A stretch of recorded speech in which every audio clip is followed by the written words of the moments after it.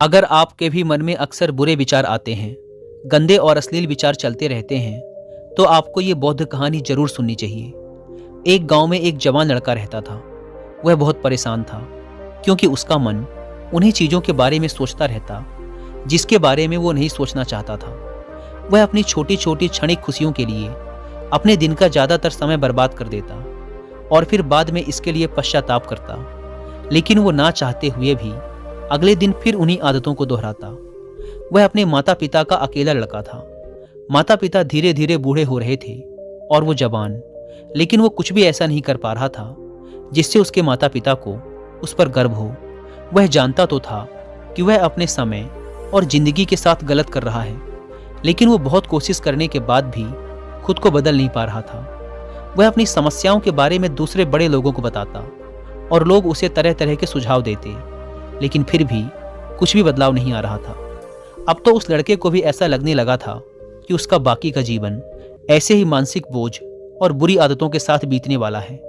इसीलिए अब वह बहुत ही उदास और परेशान रहने लगा था। एक दिन ऐसे ही वह अपने विचारों में खोया हुआ अपने गांव के तालाब के किनारे बैठा हुआ था। तभी पीछे से उसका एक मित्र भागता हुआ आया और बड़े उत्साह से उसके कंधे पर हाथ रखकर बोला, मित्र, मुझे तुम्हारी सभी समस्याओं का समाधान मिल गया है। अपने मित्र के मुंह से यह बात सुनकर वह लड़का बहुत खुश हो जाता है और पूछता है, क्या समाधान मिला मेरी समस्याओं का? लड़के के मित्र ने कहा, ध्यान। ध्यान तुम्हारी सभी समस्याओं का समाधान है। लड़के ने कहा, यह ध्यान क्या होता है? मित्र ने कहा, कल हमारे गांव में एक बौद्ध भिक्षु भिक्षाटन के लिए आए थे। गांव के सभी लोग उन बौद्ध भिक्षु से अपनी अपनी समस्याओं का समाधान पूछ रहे थे, तो मैंने सोचा कि मैं भी तुम्हारी समस्या का समाधान पूछ ही लेता हूँ। तो मैंने उन बौद्ध भिक्षु से अपने मन को काबू में करने का तरीका पूछा। मेरा प्रश्न सुनकर उन बौद्ध भिक्षु ने ज़्यादा तो कुछ नहीं कहा, बस इतना ही कहा कि ध्यान जीवन की सभी समस्याओं का समाधान है। मैंने सोचा कि तुम्हें ध्यान के बारे में पता होगा, इसीलिए मैंने उन बौद्ध भिक्षु से ध्यान के विषय में ज़्यादा कुछ नहीं पूछा। अपने मित्र की बात सुनकर उस लड़के ने कहा, मुझे उन बौद्ध भिक्षु से मिलना है। वह लड़का और उसका मित्र बौद्ध भिक्षु को ढूंढने निकल पड़ते हैं। बहुत पूछताछ और खोज मशक्कत के बाद उन्हें वो बौद्ध भिक्षु बगल के एक गांव में एक पेड़ के नीचे ध्यान करते हुए मिलते हैं। वे दोनों उस बौद्ध भिक्षु के पास जाकर बैठ जाते हैं और उनकी आंखें खुलने का इंतजार करते हैं। थोड़ी देर बाद जब बौद्ध भिक्षु अपनी आंखें खोलते हैं तो वो उन्हें प्रणाम करते हैं और कहते हैं, आपने ये तो बता दिया कि ध्यान जीवन की सभी समस्याओं का समाधान है, लेकिन आपने ये नहीं बताया कि ध्यान है क्या। बौद्ध भिक्षु ने कहा, ध्यान क्या है इसको मैं शब्दों में समझा पाऊं इतनी मुझमें सामर्थ्य नहीं, लेकिन अब क्योंकि तुम लोगों ने प्रश्न किया है तो मुझे कुछ ना कुछ तो बताना ही पड़ेगा। तो सुनो, ध्यान का मतलब है ना कोई प्रश्न, ना कोई उत्तर, ना कोई विचार और ना ही कोई भावना। यह एक ऐसी स्थिति है जो हमारी वास्तविकता से हमारा परिचय करवाती है। इस स्थिति में पहुंचकर व्यक्ति के अंदर कोई भी प्रश्न, कोई भी उलझन शेष नहीं रह जाती, क्योंकि उसके सामने सब कुछ स्पष्ट हो जाता है। उसे इस जीवन की व्यर्थता का पूर्णतः आभास हो जाता है। लड़के ने पूछा, लेकिन ध्यान की ऐसी स्थिति को कैसे प्राप्त किया जा सकता है? बौद्ध भिक्षु ने कहा, ध्यान करना बहुत आसान है। क्या तुम्हें बैठना आता है? लड़के ने कहा, हाँ, मैं बैठ सकता हूँ। बौद्ध भिक्षु ने कहा, कितनी देर तक बैठ सकते हो? लड़के ने कहा, ऐसे तो कभी आजमाया नहीं, लेकिन जितनी देर तक चाहूँ उतनी देर तक बैठ सकता हूँ। बौद्ध भिक्षु ने कहा, रोज 1 घंटा आंख बंद करके सीधा बैठना है। लड़के ने पूछा, कब और कहाँ बैठना है? बौद्ध भिक्षु ने कहा, कभी भी और कहीं भी, बस जगह शांत और एकांत होनी चाहिए। लड़के ने फिर प्रश्न किया, मेरे मन के ये गंदे विचार और मेरी बुरी आदतें कितने दिन में छूट जाएंगी? बौद्ध भिक्षु ने कहा, सिर्फ 1 दिन में, अगर तुम 24 घंटे आंख बंद करके बैठ सको तो। बौद्ध भिक्षु से आज्ञा ले वह लड़का अपने घर आ जाता है और ध्यान करने बैठ जाता है। जैसे वह अपनी आंखें बंद करके बैठता है, उसके मन में तरह तरह के विचार उठने शुरू हो जाते हैं। जैसे, क्या ध्यान करने से सचमुच कुछ फायदा होगा? मैं अपनी बुरी आदतों को छोड़ भी पाऊंगा या नहीं? आखिर सभी लोग मेरी इज्जत कब करेंगे? मैं तो उससे प्रेम करता हूँ, लेकिन वो मुझसे प्रेम क्यों नहीं करती? मैं ऐसा क्या करूँ कि मैं बहुत सा धन कमाऊँ और अपने गांव का सबसे अमीर व्यक्ति बन जाऊँ? इसी तरह के और भी विचार उसके मन में लगातार उठने लगे। फिर उसे ध्यान आया कि भिक्षु ने कहा था ध्यान की अवस्था में कोई विचार, कोई भावनाएं नहीं होती। अब वह अपने विचारों को रोकने का प्रयास करने लगा, लेकिन क्या बहती नदी के पानी को कभी कोई रोक पाया है? वह लड़का भी अपने विचारों को नहीं रोक पाता और आंखें खोलकर बैठ जाता है और सोचता है, अब तक के जीवन में बहुत से काम किए, लेकिन इतना मुश्किल काम कभी न किया था। और वो बौद्ध भिक्षु बोल रहे थे कि ध्यान करना बहुत ही आसान है। वैसे दोस्तों, अगर आप भी ध्यान या मेडिटेशन प्रैक्टिस करना चाहते हैं पर आपको पता नहीं कि उसे कैसे किया जाए, तो इसके लिए मैं आपको कुक एफएम पर एक ऑडियो बुक रिकमेंड करूंगा जिसका नाम है meditation and it's practice by Swami Rama. ये ऑडियो बुक आपके लिए एक गाइड है जो स्टेप बाय स्टेप आपको मेडिटेशन के बारे में समझाती है। यह ऑडियो बुक आपको ध्यान का अभ्यास करने का एक एग्जैक्ट आइडिया देती है और साथ ही साथ मेडिटेशन की शुरुआत में आने वाले चैलेंजेस और उसके सॉल्यूशंस के बारे में भी बताती है। इसके अलावा कुक एफएम पर मेडिटेशन के ऊपर हिंदी में एक कोर्स भी है जो मुझे पर्सनली काफ़ी पसंद आया। उसका नाम है घर बैठे सीखो मेडिटेशन। आप चाहें तो इसे भी सुन सकते हैं। यह 11 दिनों का एक well organised complete meditation course है जो डेफिनेटली आपकी बहुत हेल्प करने वाला है। इन दोनों ऑडियो बुक्स के अलावा भी कुक एफएम पर 10,000 से ज़्यादा ऑडियो शोज अवेलेबल हैं जिन्हें आप अपनी मनपसंद लैंग्वेज में सुन सकते हैं।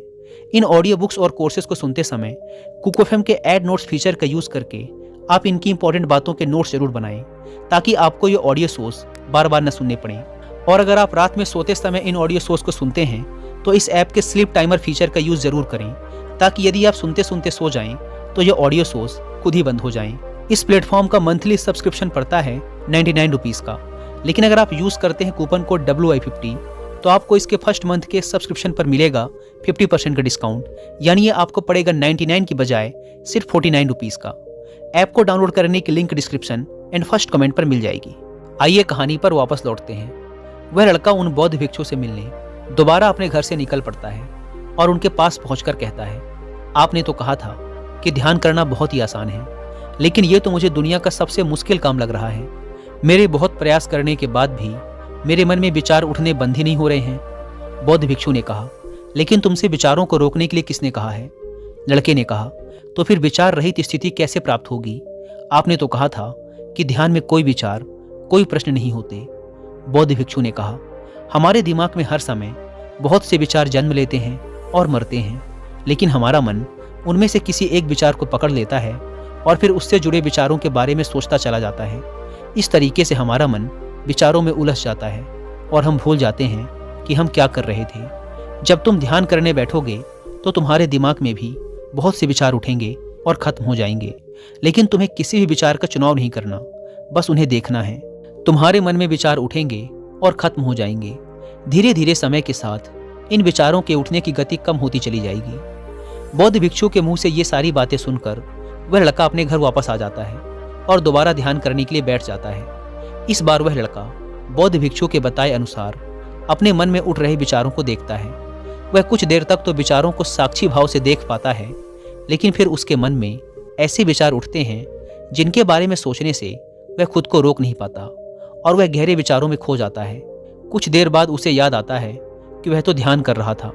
वह दोबारा विचारों को देखने का प्रयास करता है, लेकिन इस बार उसका मन दूसरी चाल चलता है। अब उसके मन में अश्लील विचार उठने लगते हैं। वह लड़का सोचता है कि ध्यान जैसी पवित्र स्थिति में ये अश्लील विचार क्यों उठ रहे हैं। वह अपने मन में उठ रहे अश्लील और गंदे विचारों को रोकने का बहुत प्रयास करता है, लेकिन वो उन्हें रोक नहीं पाता। उसके मन में लगातार बस ऐसे ही विचार उठ रहे थे।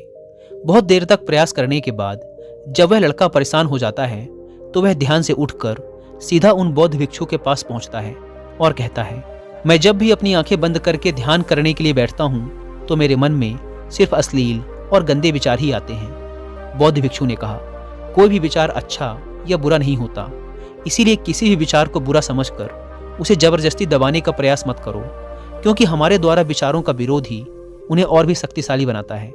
इसीलिए किसी भी विचार का दमन करने का प्रयास मत करो, क्योंकि इस मन की प्रकृति ही ऐसी है कि हम इसे जिस चीज़ के बारे में सोचने से रोकते हैं यह उसी चीज़ के बारे में सबसे ज़्यादा सोचता है।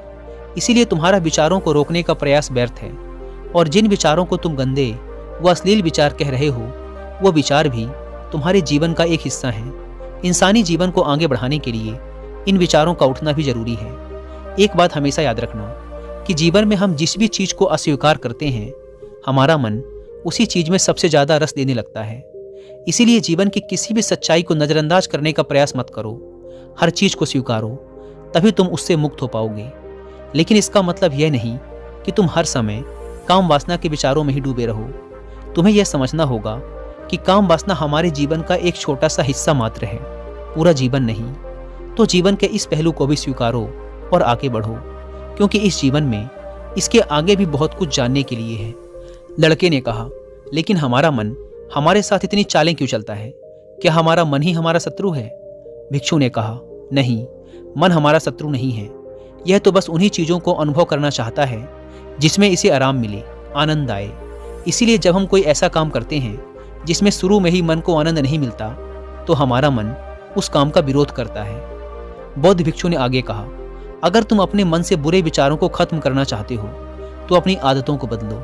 आदतों को तुम केवल तभी बदल सकते हो जब तुम्हारा मन तुम्हारे काबू में होगा, और तुम्हारा मन तुम्हारे काबू में तभी आएगा जब तुम खुद को जानोगे, जब तुम स्वयं का अनुभव करोगे, जब तुम ध्यान का अनुभव करोगे। इतना कहकर बौद्ध भिक्षु खड़े हो गए और एक हल्की सी मुस्कान के साथ उस लड़के के सर पे अपना हाथ रख दिया। इसके बाद उन्होंने अपना भिक्षा पात्र उठाया और वहां से चले गए।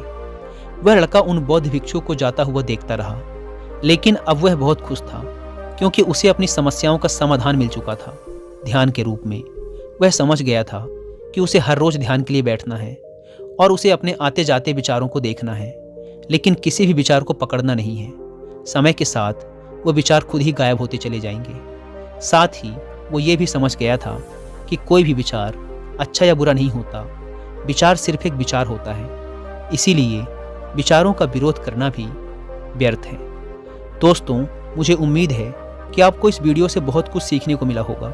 और जाने से पहले एक बार फिर याद दिला दूं कि कुकू FM पर meditation and it's practice by Swami Rama audio book को और मेडिटेशन पर हिंदी में कोर्स जिसका नाम है घर बैठे सीखो मेडिटेशन को सुनना ना भूलें। और मंथली सब्सक्रिप्शन पर 50% डिस्काउंट के लिए आप WI50 कूपन कोड का इस्तेमाल जरूर करें। धन्यवाद।